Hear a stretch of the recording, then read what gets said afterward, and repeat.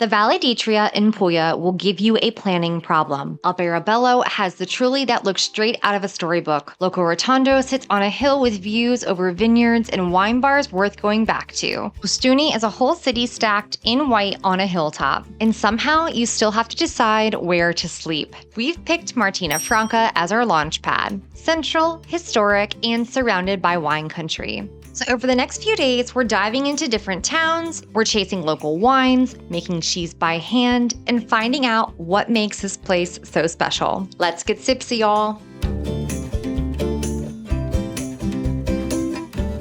Porto Santo Stefano is one of the grand gateways into Martina Franca's Old Town. This gate links the Piazza 20 Settembre with Piazza Roma and is a perfect starting point before you explore the maze of old streets. This spot also gives you a first glimpse of how Martina Franca is stitched together. Like many old Italian towns, the historic center was built long before anyone thought about parking, traffic, or tourists trying to navigate with Google Maps.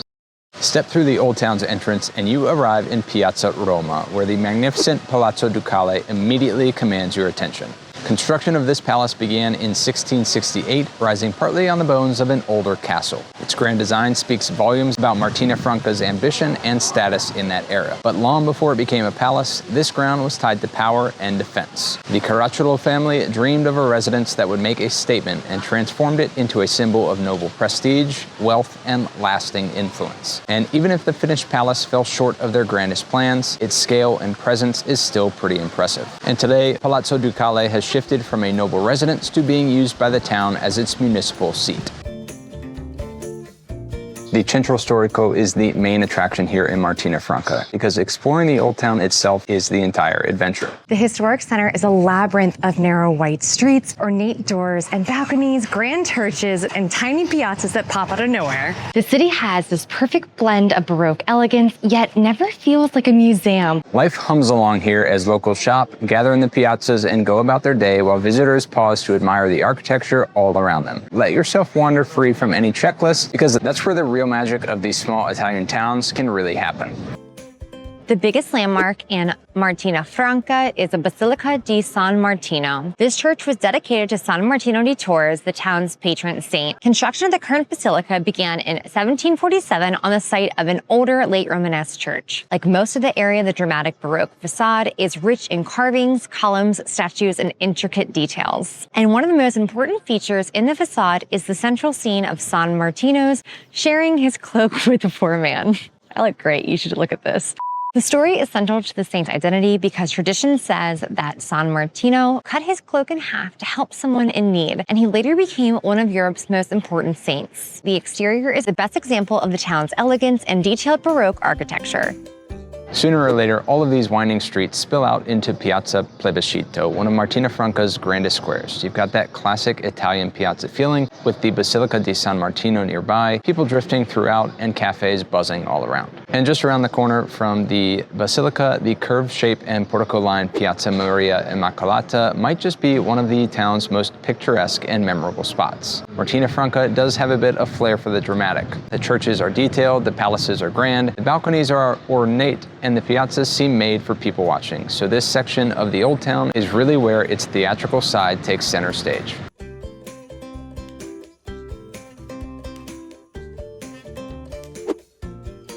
We are at Taverna Vini di Nicchia, which is part wine bar, part bistro, part wine shop, and very much our kind of place. They focus on natural and organic wines from small producers, especially here in Puglia, which makes this a great stop if you want to drink a little bit deeper than the usual greatest hits. And they even have structured food and wine pairings if you are having trouble deciding what you want to try. For us, we went with some local picks of the well-known Negro Amaro and the lesser-known Manutolo, which is a white grape from here in Puglia that makes very bright floral wines. And this one, as you can see here, is actually an orange Manutolo. So on top of it being a new to us grape varietal, it's such an interesting wine and a perfect taste of this Valle d'Itria region.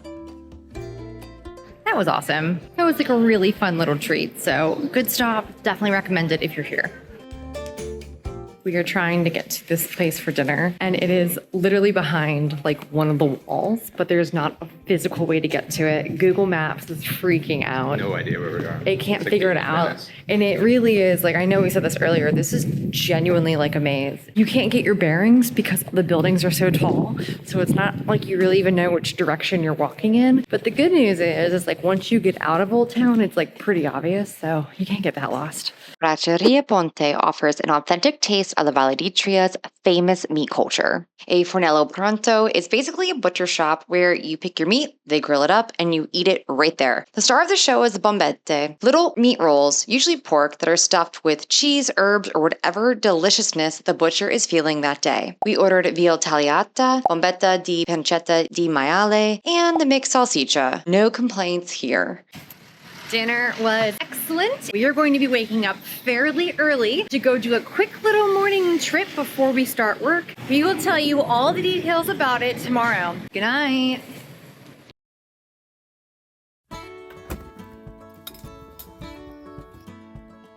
We just made it to our first day trip from Martina Franca. It was an easy, quick 20-minute drive. The reason it was so easy is because we got up at 5:30.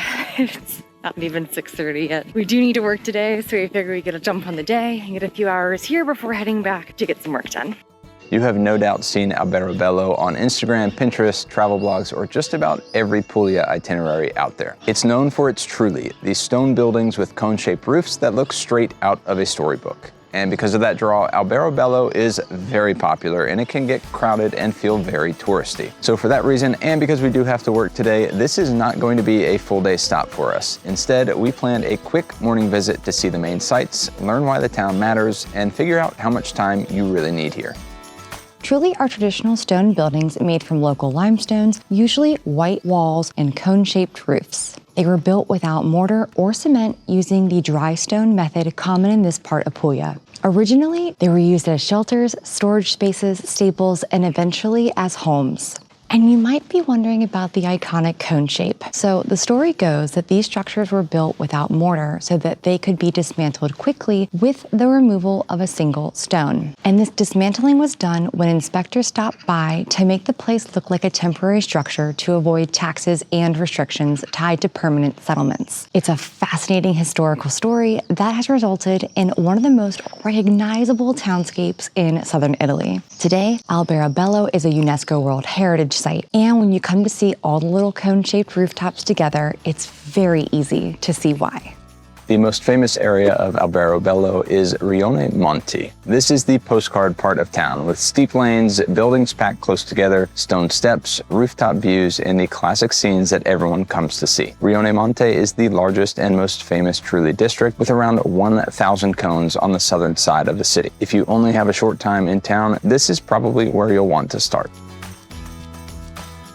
At the top of Rione Monti, you can find the Church of Sant'Antonio, and this is one of the more unusual buildings in town because it takes the Trullo style and turns it into a church. It was built back in 1927, so compared with many Italian churches, this one is actually pretty recent and definitely not as old as people might think when they first see it.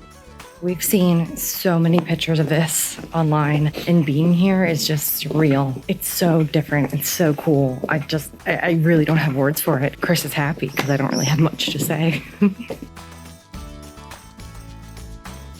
Trullo Sovrano is the main stop for the interior. It's known as Alberobello's only two-story Trullo and is now a house museum showcasing what daily life inside Trullo could have been like. It was built in the first half of the 18th century and became known because of its size and distinctive upper floor. I just want to get the size of how small this door is.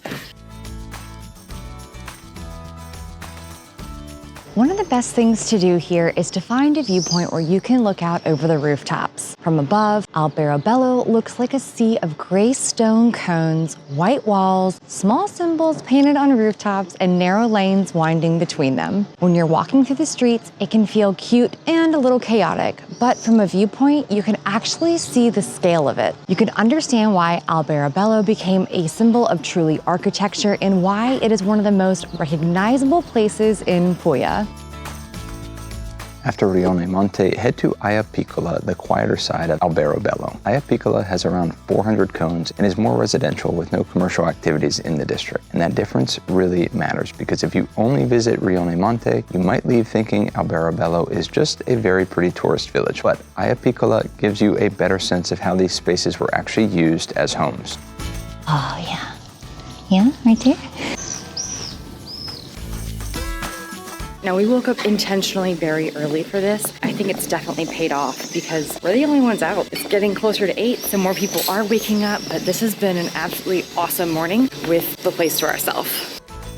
So the big question, is Alberobello worth visiting? Definitely yes. This is one of the most famous places in all of Puglia for a reason. The trulli are super unique, the town is incredibly photogenic, and the whole place feels unlike anywhere else we visited in Italy. Pro tip, come early to try to beat some of the crowds and make sure to see both sides of the town. For us, a few hours felt like enough for a complete visit. You can certainly go deeper if you want to visit museums, explore any of the interiors, shop, or take a guided tour. But if your main goal is to see the trulli, understand the basics, get the views, and experience the town before the crowds fully take over, Alberobello works very, very well as a short morning stop. All right, we're leaving. This place is really charming. Obviously, very few things were open. Parking is free, at least the one that we went to before 9, which was nice. Honestly, it's 8 o'clock now and there's still not a lot of people out. You can get here probably around 7:30 and be just fine. We are off on our new adventure. We just got to Locorotondo, and wait till you see these views, because this town is perched pretty high and it's just beautiful. Locorotondo sits on a hill more than 400 meters high in the Valle d'Itria, surrounded by a countryside full of vineyards, olive groves, and farmland.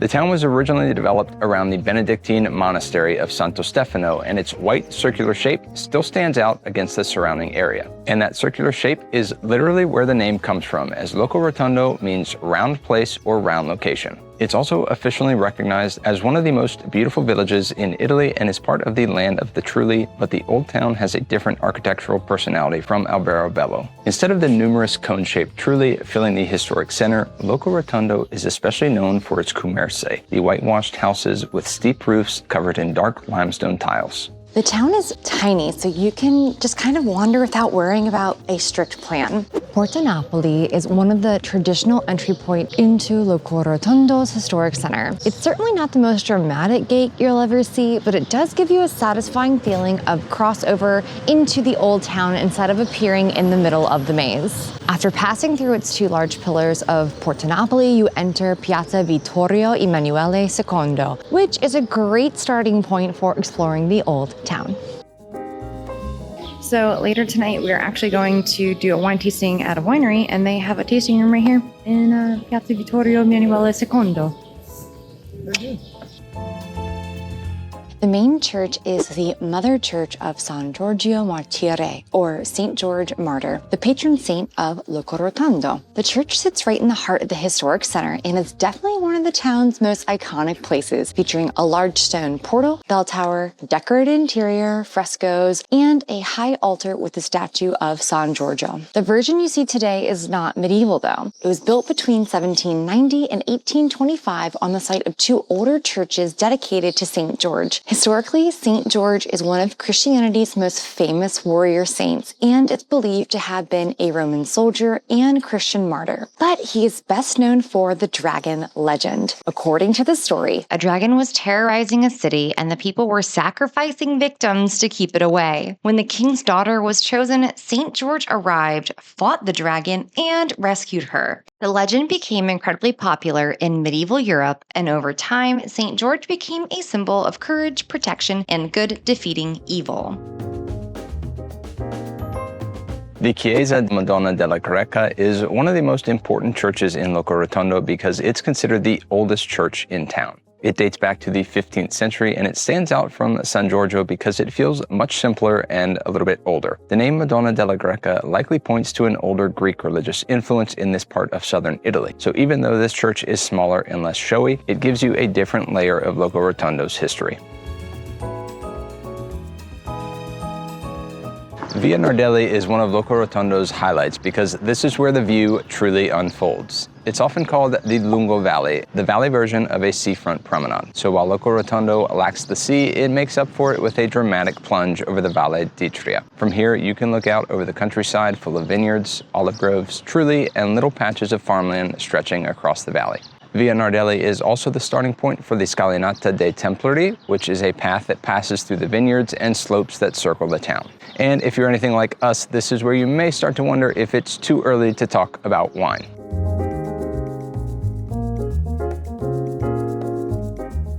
We ended up popping into a cafe just outside this park and we found some pasticciottos, and I found one that I've never seen before. It is a apple crumble. It kind of looks like a crumb cake. I cannot wait to dive into it. It is a beautiful morning, a little cold, but it's beautiful. So we're gonna go find a spot to enjoy these and take in this view because honestly, guys, like this is just gorgeous. This is so good, but it's like the crummiest thing I've ever eaten in my life. And there's powdered sugar I have on black pants. It is so good. See that stance. It's so good. Are you giving him some ginger kitty attitude? Good morning. Ah, hello. Hi. We have a shadow. Do you see him? He's so cute. I'm trying to figure out how to get him in the car without Chris knowing. We'll see what happens.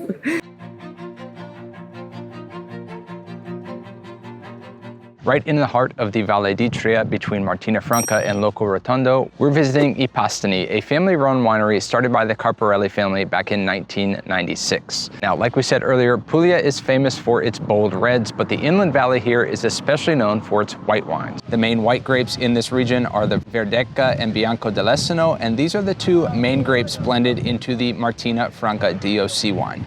I Pastini works with native grapes that are closely connected to this landscape. The Valle d'Itria is much further inland and higher than the coast, with limestone soils, breezes, and rolling hills, which give the local white wines their crisp, easy to drink, and bright character.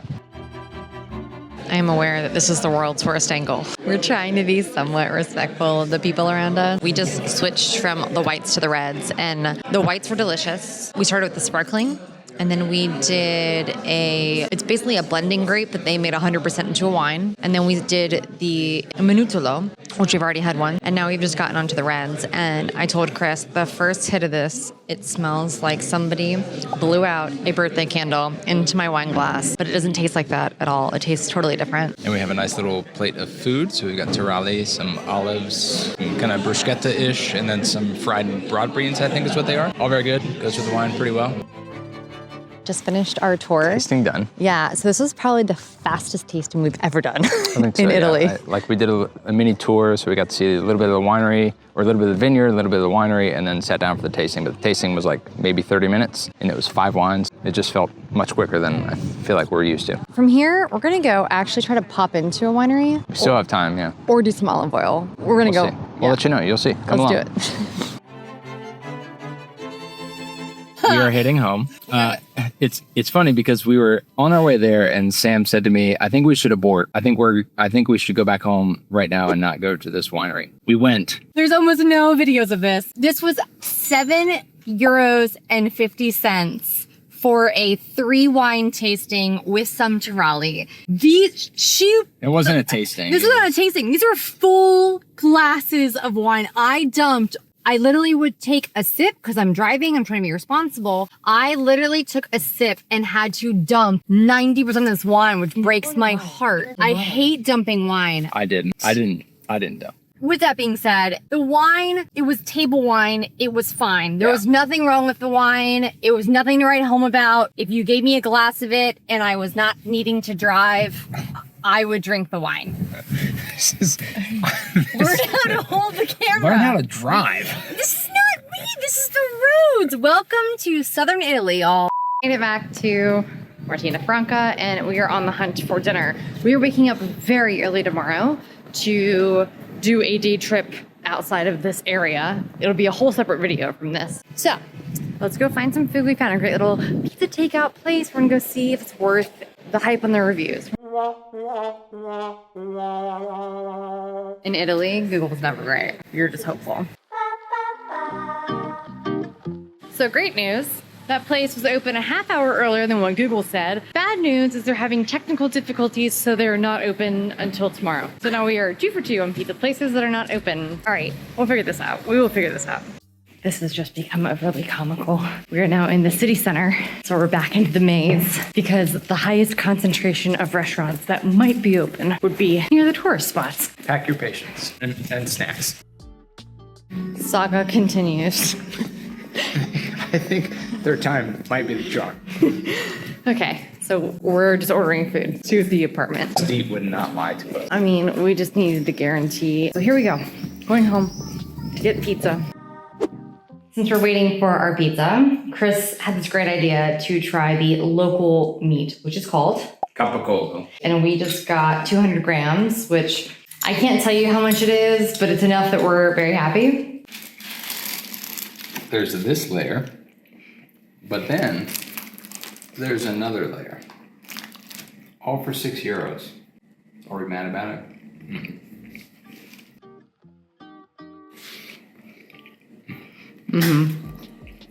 That is so good.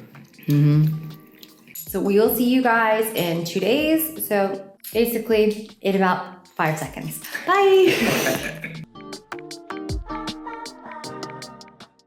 Good morning. Okay, so we are going to do something very fun this morning, and then we're going to go ahead and explore into a different town. So we're doing another day trip outside of Martina Franca. This is the one that I've been waiting for all week. So let's get to it. Massaria Sapunisi is a historic working dairy farm that has been in the same family for 4 generations. The cows are milked daily, and that milk goes straight into the on-site dairy to make traditional Puglian cheese, and that's the tour we wanted to see. The tour starts with the history of the property and visits to the stables, where you get to get up close with the cows and learn how they're raised. Then it's into the milking parlor for a breakdown of how they do it, followed by the milk storage room where everything gets prepped before processing. From there, you move into the cheese dairy, which is housed in the oldest part of the farm, before heading into the aging cellars where they walk you through what's being made and how it develops over time. But the real moment is the mozzarella demonstration. You watch the cheesemaker pull and stretch the curd by hand, and once it's ready, you taste it right there while it's still warm. Eating mozzarella will never be the same again.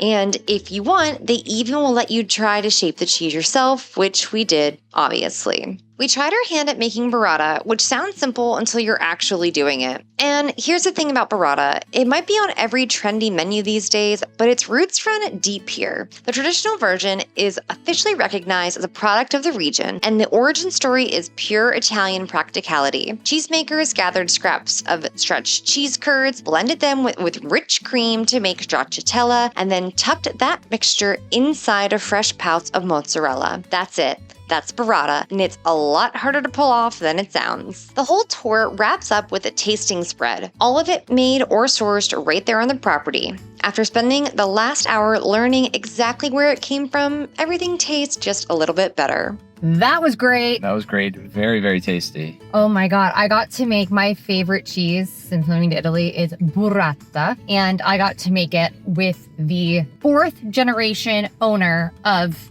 the cheese factory. And it was very good. We got to eat it right after she made it, and it was delicious. And then we went for an aperitivo right after. We got 2 freshly made mozzarellas by the cheesemaker himself in that room, her burrata ball, then more cheese. So this is lunch for the day. That was absolutely amazing. Worth it. It started off pretty rainy this morning. It has ended up being an absolutely gorgeous day. So we're going to head to Ostuni for the afternoon to go check out that hilltop town.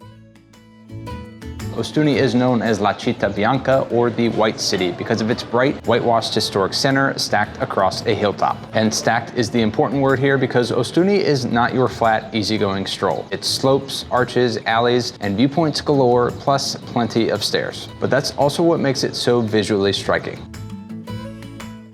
Ostuni has very old roots with human presence in the area going back to the prehistoric times. Its hilltop location was key to its defenses, and it was developed into a fortified town. The streets are compact, twisting, and layered, and the city rises towards the cathedral at the top. That white lime wash helped reflect the sun, brighten the narrow streets, and historically it was also valued for its disinfectant properties and became the town's visual identity.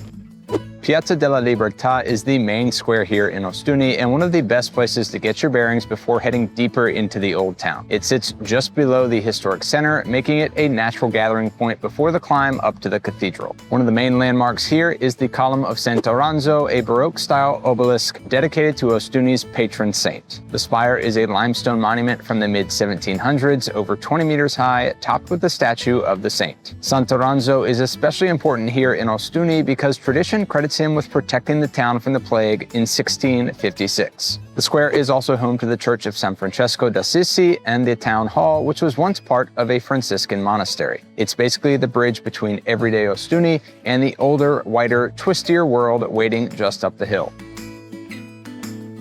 Near the top of the old town, you'll find Ostuni's Cathedral. This is Ostuni's main monument, and after walking through those bright white lanes, the cathedral immediately stands out. The current cathedral was rebuilt in the late 1400s in a late Gothic style, and its facade is one of the most recognizable sights in the city. The facade has a large central rose window with carved details, and it's one of the architectural features that makes this cathedral so special. While most of Ostuni's is bright white and smooth, the cathedral is stone, detailed, and a little more serious. Ostuni's historic center is fairly compact, so after a little bit more wandering, we grabbed a quick gelato and then left to head back to Locorotondo.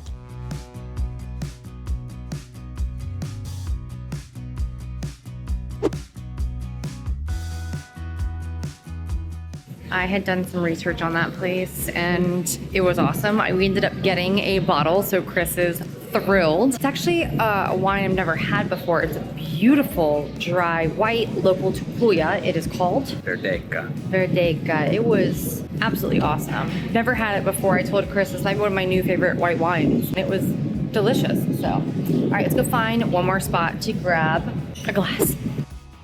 So we had stumbled on this place, literally like the city wall is right here. And we found it when we were here a few days ago. And we didn't come back for this place specifically, but we just wanted to come back in general. And I'm so glad we did. I have an extra brut and it's absolutely delightful. Chris also got a local wine. We're gonna sit down and take in the views and just enjoy.